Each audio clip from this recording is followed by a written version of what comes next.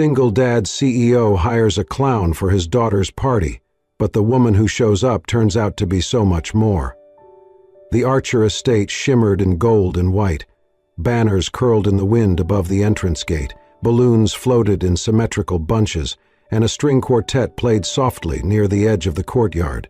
This was not just a birthday party, it was a statement, a demonstration of wealth, elegance, and perfect planning. Inside the grand hall, servers in white gloves carried trays of hors d'oeuvres past guests in tailored suits and designer gowns. Laughter flowed with champagne. Everything sparkled, everything shone.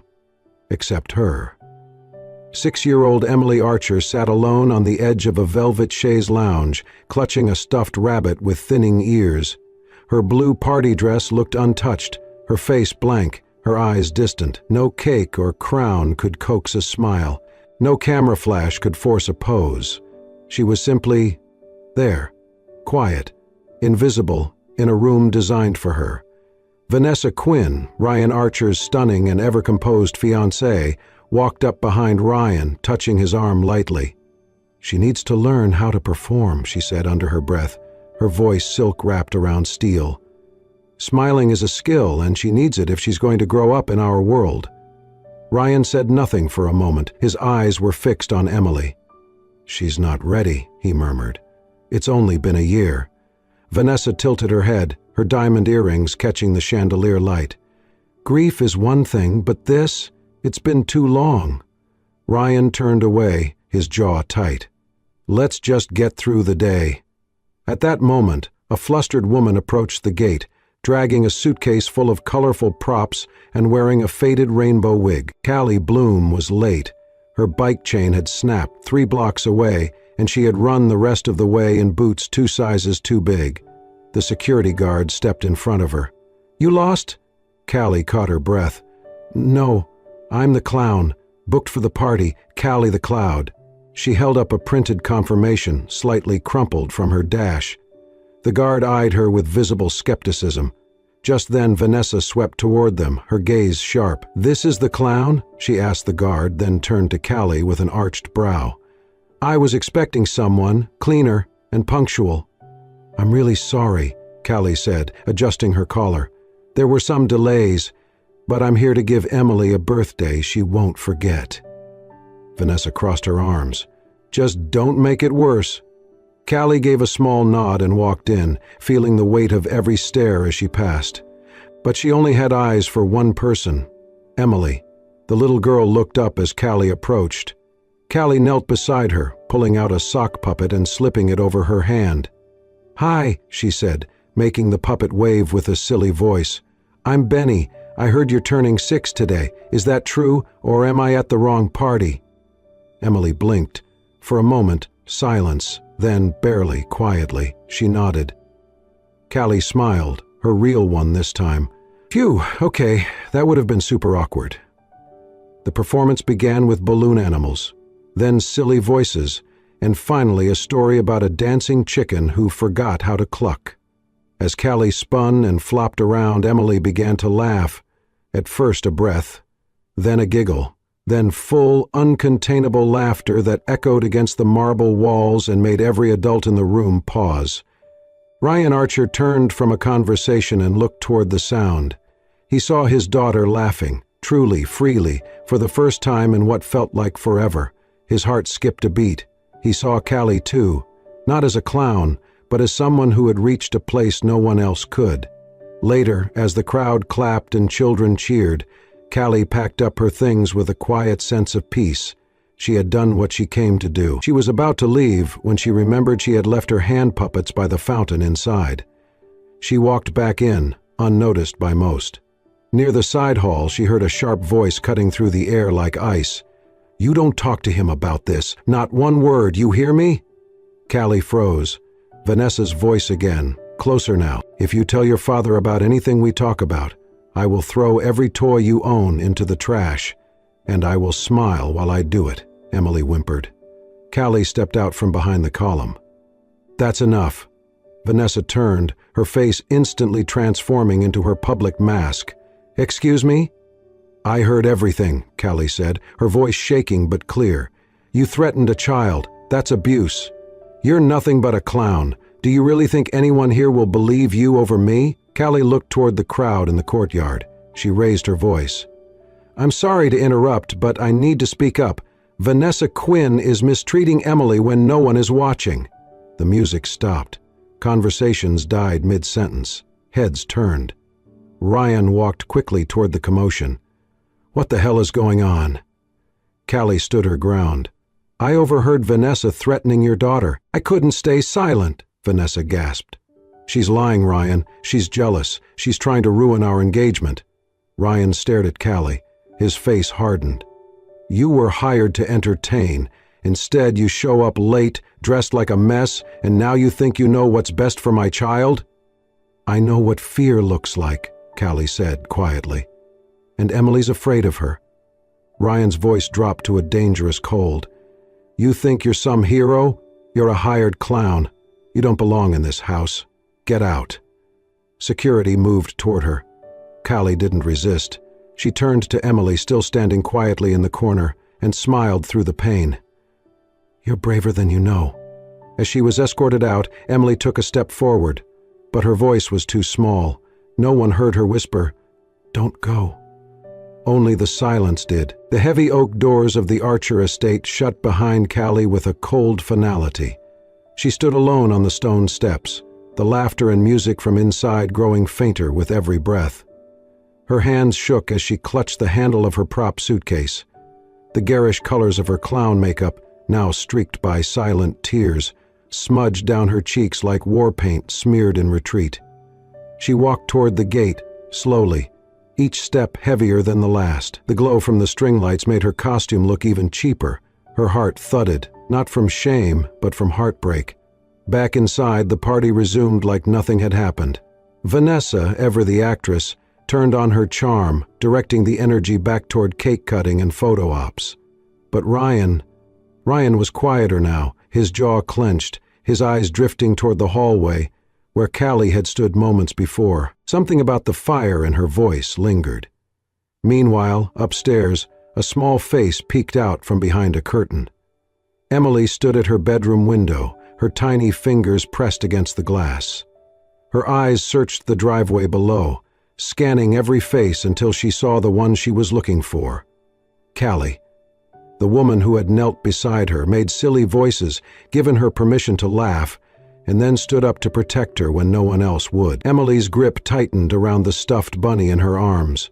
Its left paw bore a faint pink heart that Callie had drawn earlier, whispering, "This is your courage button." She held it close now, pressing it gently, wishing it worked like real magic. Down below, Callie reached the gate. She paused before stepping out into the street, unable to stop herself from turning around one last time. Her eyes traveled upward, scanning the windows, and then, there, a shadow, small and still. Emily. Callie raised her hand slowly, offering the smallest wave, her fingers trembling. Emily pressed her palm to the glass in return. No one saw it but the stars. Callie kept walking after that. She did not call anyone, did not post anything online. She simply returned to the tiny room she shared with her younger brother across town. The fluorescent kitchen light flickered when she walked in, and the kettle was already whistling on the stove.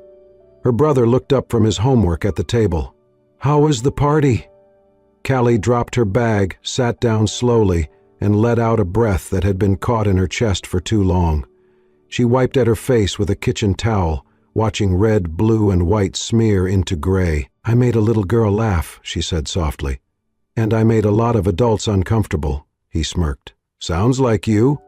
Callie didn't laugh. She leaned her elbows on the table, eyes still distant. "I got thrown out for telling the truth." "Do you regret it?" She paused, thought of Emily's eyes. The way she'd pressed her hand to the window like she was reaching out, like she knew. "No, I'd do it again." And she meant it. Because there were moments in life when you had to choose, to speak or to stay silent, to act or to disappear. Callie had spoken, and even if no one believed her, even if she never got another birthday gig again, she had chosen to stand between a child and fear. That mattered, even if the only one who remembered it was 6 years old. Ryan Archer lay awake in the vast emptiness of his bedroom. The moonlight slanted through the tall windows, brushing the edge of the bed where no one had slept in over a year. Yet tonight, it was not the silence that kept him from sleep. It was a voice. Callie Bloom's voice. Her words echoed in his mind. "I know what fear looks like, and Emily's afraid of her." He had dismissed her, humiliated her in front of everyone, but the memory of her standing there, face painted, eyes fierce, trembling but unwavering, would not leave him. Nor would the look in his daughter's eyes. That night, as the party faded and the guests departed, Ryan had gone to check on Emily.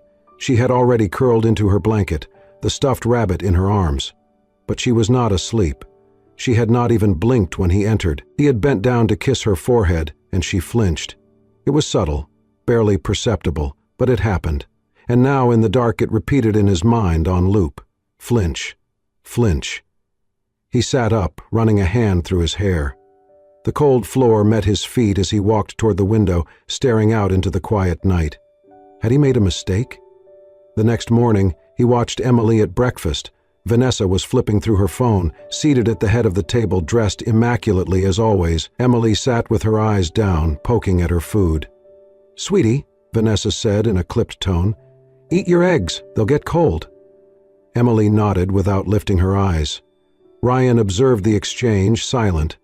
Then he reached for the orange juice and poured it gently into Emily's glass himself. She looked up at him, surprised. He smiled. She did not return it. That day he canceled 2 meetings and worked from home. He wanted to see more. He needed to see more. And the more he watched, the more he noticed. Vanessa snapped at the staff more often than he remembered. She brushed off Emily's questions or corrected her sharply for interrupting adult conversations. Once he caught her yanking the remote from the child's hand, saying, "No cartoons. It's time you learned to act your age." Emily hadn't protested. She simply walked out of the room. By the end of the week, Ryan called his private assistant, Greg. "I want someone discreet," he said, "to keep an eye on things when I'm not here, especially around Emily." Greg didn't ask why. He simply said, "Understood." Ryan hated that it had come to this, that he had to investigate his own fiancée, that he had ignored so many signs, blinded by trust, by charm, by the desire to rebuild a life that looked good from the outside. But that night, as he passed Emily's room, he paused. The door was slightly ajar. Inside, Emily was sitting on the floor in her pajamas, holding the stuffed rabbit. She was drawing. He stepped closer, careful not to startle her. On the page was a picture of a girl in a clown costume, holding hands with a small stick figure wearing a bow. Both of them were smiling, big, wide, happy smiles. There was no third figure in the drawing, no adult with neat hair and a flawless dress, just the clown, just the girl. Ryan felt something twist inside him, something old, something quiet, something he had ignored for too long. He stepped back into the hallway, closed the door gently, and leaned against the wall. He had sent Callie away, but it was clear she had never really left. The weekend sun filtered softly through the canopy of trees at the community park. It was the kind of afternoon where time felt slower, where children's laughter echoed between the benches and the scent of kettle corn drifted from a nearby cart. Ryan Archer had taken Emily out alone for the first time in months. There was no schedule, no security detail, no hovering fiancé. Just father and daughter, a picnic blanket, and an old sketch pad Ryan had tucked into his coat pocket in hopes Emily might want to draw again. Emily had barely spoken since they arrived. She watched the children play on the swing sets, her expression unreadable, the rabbit clutched in her arms as usual. Ryan was just about to ask if she wanted to go when a familiar sing-song voice drifted across the park. "Who wants a balloon that looks like a dinosaur but maybe turns out like a spaghetti monster instead?" Emily's head snapped up. Across the grass, surrounded by a loose circle of giggling children, was a woman in bright colors. Not a full clown costume this time, just suspenders over a striped shirt, a painted heart on one cheek, and a frizzy ponytail that bounced as she moved. "Callie Bloom!" Emily stood up without a word. Then she ran. Ryan barely had time to register what was happening before Emily barreled into Callie with both arms flung around her waist. Callie's body jolted slightly in surprise. Then she looked down and froze. "Emily?" she breathed. Emily pulled back just enough to look at her. "I missed you." Ryan had risen from the bench and was walking toward them, slowly, carefully, unsure of what to say or do. He half expected Callie to step away, to walk off without a word. She did not. Instead, she gently removed the headband with the little rainbow propeller from her hair and knelt so she was eye level with Emily. "I missed you too, sunshine." The two smiled at each other like nothing else existed. Then Callie stood and faced Ryan. The air shifted. She did not smile, did not flinch. She looked him in the eye as she slowly pulled the last of her costume off, removing the painted heart from her cheek with the sleeve of her shirt. "I'm not here to ask for anything," she said, softly but firmly. "And I don't want your apology." Ryan swallowed, his voice stuck behind the guilt rising in his throat. Callie continued, "I just want to know that she's safe, that someone is really seeing her, not the grades, not the smile on demand, not the perfect photo, but her." Ryan's voice was rough when it finally came out. "She has not smiled like that since you left." Callie nodded slowly. "Then maybe don't let the ones who hurt her stay longer than the ones who help her." They stood in silence. Callie didn't offer a business card. She didn't mention the party. She didn't remind him that he had thrown her out like trash. She just held Emily's hand gently for another second, then began to turn away. Ryan stopped her. "Callie." She turned back. His expression had softened. The walls were still there, but they were cracking. "I don't know what you're doing later," he said, hesitating, "but if you'd ever want to spend more time with Emily, officially, I'd be honored." Callie looked down at Emily, who was now looking up at her with the most hopeful eyes, and that was the only reason she nodded. Not for Ryan.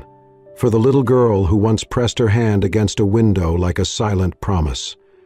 Callie did not expect to be standing at the Archer estate again. As she approached the familiar front steps, her hands were clenched tightly around the strap of her worn leather bag. Her breath puffed faintly in the morning chill. Every brick, every window, every trimmed hedge reminded her of the day she had been humiliated here, escorted out not just as an unwanted guest, but as a threat. She had rehearsed what she would say if they stopped her. She had prepared herself to walk away with her dignity intact if they turned her back around, but no one did. Ryan himself had opened the door. He wore no suit today, just a sweater, jeans, and an expression that looked almost human, real. "Thank you for coming," he said, his voice low but sincere. Callie gave a polite nod. "This is for Emily," she said softly, and it truly was. The arrangement had been simple: a few afternoons a week, after school, help with snacks, homework, bedtime routines. No obligations beyond that. No promises, no closeness. But from the moment Callie stepped back into that house, the walls seemed to breathe easier. The air changed. So did Emily. Within days, the little girl who once curled into herself like a question mark began to unfurl. She sang while brushing her teeth. She drew smiley faces on napkins. She ran to the door when Callie arrived, not out of duty, but joy. The house staff noticed first. They whispered about the difference. The way Emily skipped now instead of walked. How she hugged her bunny with one hand and Callie's waist with the other. Callie brought crayons and shoeboxes and paper towel rolls and glitter. Always too much glitter. She helped Emily build cardboard castles and invisible kingdoms, where the rules were kindness and everyone was allowed to laugh as loud as they wanted. Her lullabies were scratchy and off-tune, but filled the room with warmth, and every night she read to Emily until her voice grew hoarse and the little girl's eyes closed mid-giggle. Ryan started staying home longer in the evenings. At first, it was under the pretense of catching up on work, a laptop on the couch, a phone call from the home office. But soon the excuses faded, and he simply stayed. Sometimes he lingered outside Emily's door just to listen. Callie's voice drifted through like a song he didn't know he'd missed. "You're safe now, sweetheart," she would whisper as Emily drifted off.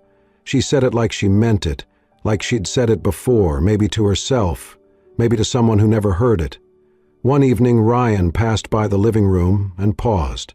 Callie and Emily sat cross-legged on the floor, surrounded by crayons and coloring books. The light was soft, the air calm. Ryan stood quietly, unnoticed. "Does purple grass exist?" Emily asked, chin tilted. "In some worlds it does," Callie answered. "In yours?" Callie smiled without hesitation, especially in mine. Ryan smiled too. Something inside him softened. Something he hadn't felt in years stirred quietly to life. Another morning he caught a glimpse of Callie kneeling by the shoe bench, tying Emily's laces. She was humming gently, and Emily leaned her small head against Callie's shoulder like it was the most natural thing in the world. Ryan stood in the hallway, invisible. But in that moment he felt more present than he had in a long, long time. He began inventing reasons to be home earlier, a delayed meeting, a spreadsheet he could finish on his iPad. Anything to share dinner. Anything to see her pour milk into Emily's cereal with both hands steady and kind. They began to talk more, first about Emily, how she was sleeping better, eating more, then about small things, favorite books, old cartoons, the worst jobs they had ever worked.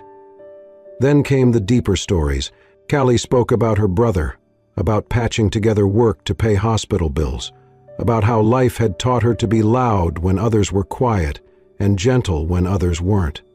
Ryan told her about the silence that came after his wife died, the aching quiet, the pressure of pretending to be composed when he felt like breaking inside, the mistakes he had made, not just as a father, but as a man afraid of being vulnerable again. Callie never flinched, she never judged, she just listened, fully, honestly. And that was when he realized she didn't just understand Emily, she understood him. One night, long after Emily had fallen asleep, they sat across from each other at the kitchen table, tea in their hands, now cold, their shoulders slouched in that comfortable way that happens when two people have nothing left to perform. He looked at her, not as the woman who once wore face paint and balloons, not as the temporary help, but as someone who had changed the rhythm of his entire life. She hadn't knocked down walls. She'd slipped between the cracks, quietly, gently, like water finding its way home. And somewhere between her laughter in the hallway and her whispered goodnights, his heart had begun to lean in, not with a crash, not with fire, just with warmth, with truth, with something that whispered every time she stood to leave, "Stay." The house was quiet, long past midnight, the kind of silence that usually settled in only after hours of movement had faded. But Ryan Archer was still awake. He had tossed and turned for hours, the numbers on the clock blinking steadily in the dark, refusing to move any faster. Something was keeping him restless, something more than work, more than the usual worry. He slipped out of bed, pulled on a sweatshirt and made his way downstairs barefoot. The soft amber light under the kitchen door was on. He pushed the door open slowly. Callie was sitting at the table, her back slightly hunched, a small lamp casting a golden halo over her frame. She was sewing, carefully threading a tiny patch onto the elbow of Emily's favorite blue sweater. She looked up, startled for a moment. "Oh, I'm sorry. I didn't mean to wake anyone." "You didn't," Ryan said, voice low. "Couldn't sleep." Callie smiled faintly and returned her eyes to the needle in her hand. "Me neither. Thought I'd fix this before morning. She loves this sweater too much to part with it." Ryan stepped inside and leaned against the counter. "You didn't have to." "I know," she said gently. "That's why I wanted to." He watched her for a moment, her fingers moving with quiet precision. There was something calming about the way she worked, her presence like warm tea in rainy evenings, soft, comforting, never asking for space but always holding it. "Can I sit?" he asked. Callie looked up, surprised. "Of course." They sat in a hush, the sound of thread sliding through fabric the only noise between them. Ryan finally broke the silence. "You're good at this." "My grandmother taught me," she said. "Sewing, cooking, how to check the temperature of soup without burning your tongue." Life skills, he chuckled. I like that, life skills. Callie glanced sideways at him. You laugh differently at night. He blinked. Is that good or bad? Just real, she said, setting down the sweater. Like you're not trying to hold your breath while the world watches. Ryan didn't reply right away. He looked down at the table, then at her hands resting beside the folded sweater. You're good with her, he said after a long pause. With Emily, I mean. Better than anyone I've seen. Callie's face softened. She's easy to love, Ryan. She's just been asked to be quiet for too long. He nodded. I've tried. I really have. I know, she said. But trying and being there, they're not always the same. Ryan let the words sit. They weren't said with blame, just truth. Truth that stung a little and healed a little more. They were both quiet again. Then from the hallway came the sound of small feet padding against hardwood. Emily peeked in, hair tousled, eyes blinking in the dim light. Daddy? Ryan stood. Sweetheart, what's wrong? I had a dream, she murmured, walking over and burying her face in his sweater. Can't sleep. Callie reached out gently. Want to sit with us for a minute? Emily nodded and crawled into her lap like it was the most natural thing in the world. Callie held her close, her hand resting on the girl's back, thumb tracing little circles. A few minutes later, Emily lifted her head and whispered, I made you a drawing. You did? Ryan asked. She nodded, pulling a folded paper from the pocket of her pajama pants. He unfolded it slowly. Crayons, bright and uneven but full of heart. 3 figures holding hands.